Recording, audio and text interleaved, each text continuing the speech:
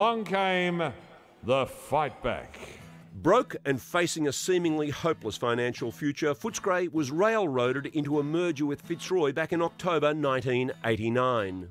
President Nick Collum bowing to the VFL's demands that they join forces with Fitzroy and face the loss of identity, history and home. Faced with the challenge of raising more than $1 million, the Bulldogs fight back brought out the very best in the heartland. People like Irene Chatfield, Dennis Gallimberti, Lynn Koski and solicitor Peter Gordon galvanised the West. Save the Dogs was the rallying cry as the Footscray Fightback Foundation took on and beat the VFL. On October the 8th, more than 10,000 attended a rally at the ground. Up Yours Oakley stickers became the most popular bumper stickers around town and the money flowed in. In less than a fortnight, $800,000 had been raised. In 3 weeks, the figure was over $1.1 million. Terry Wheeler was appointed coach, Gordon became president, and within the month, the VFL reluctantly admitted that the Footscray Football Club would survive and be part of its plans in the first year of the AFL in 1990. As we celebrate the third of our magic moments, would you please welcome to the stage Irene Chatfield and Peter Gordon.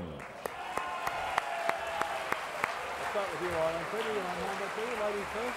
Come in here, Irene. How do you do? As you do. I think, firstly, this would be one of the most famous footy scarves and possibly the most photographed of footy scarves in the known universe. Well, they're well worth carrying, they're my fellas. Oh, I knew you'd say that. Now, Irene, you're sitting at home. It's a Monday night, yes, the 2nd of October. Shh. You're watching the Channel X News, and Eddie Maguire breaks the story that your club has been put up for merger. Exactly. What was your initial reaction? You're sitting at home. Well, I said, oh, bloody hell, they can't do this to us and to the players and to our supporters. And I said, what we have to do is get up and fight, do something about it. And I was crying my eyes out like I always don't do. But one of my godsons said to me, you know, we're not Footscray anymore. And I said, they can't do that. And I stayed awake on and off all night. And then next morning, I woke my mum and dad at 6 in the morning. I said, oh, I know what to bloody do. And they go, sorry if I'm swearing, folks, but that's what I did. And yeah, and I said, you know, they said, what are you going to do? And I said, well, the media gets you into trouble. The media can get you out of it. I said, well, ring everyone. And fortunate for me, 3AW and Neil Mitchell were absolutely brilliant. They let me go on radio and call for everyone to get down there to, you know, fight for our club. Yeah, look, it was a time when getting rid of Melbourne clubs was seen to be the way to go to create what was then described as the truly national competition. And we weren't the only club that were targeted, but we were clearly at the top of the list. And that was a period.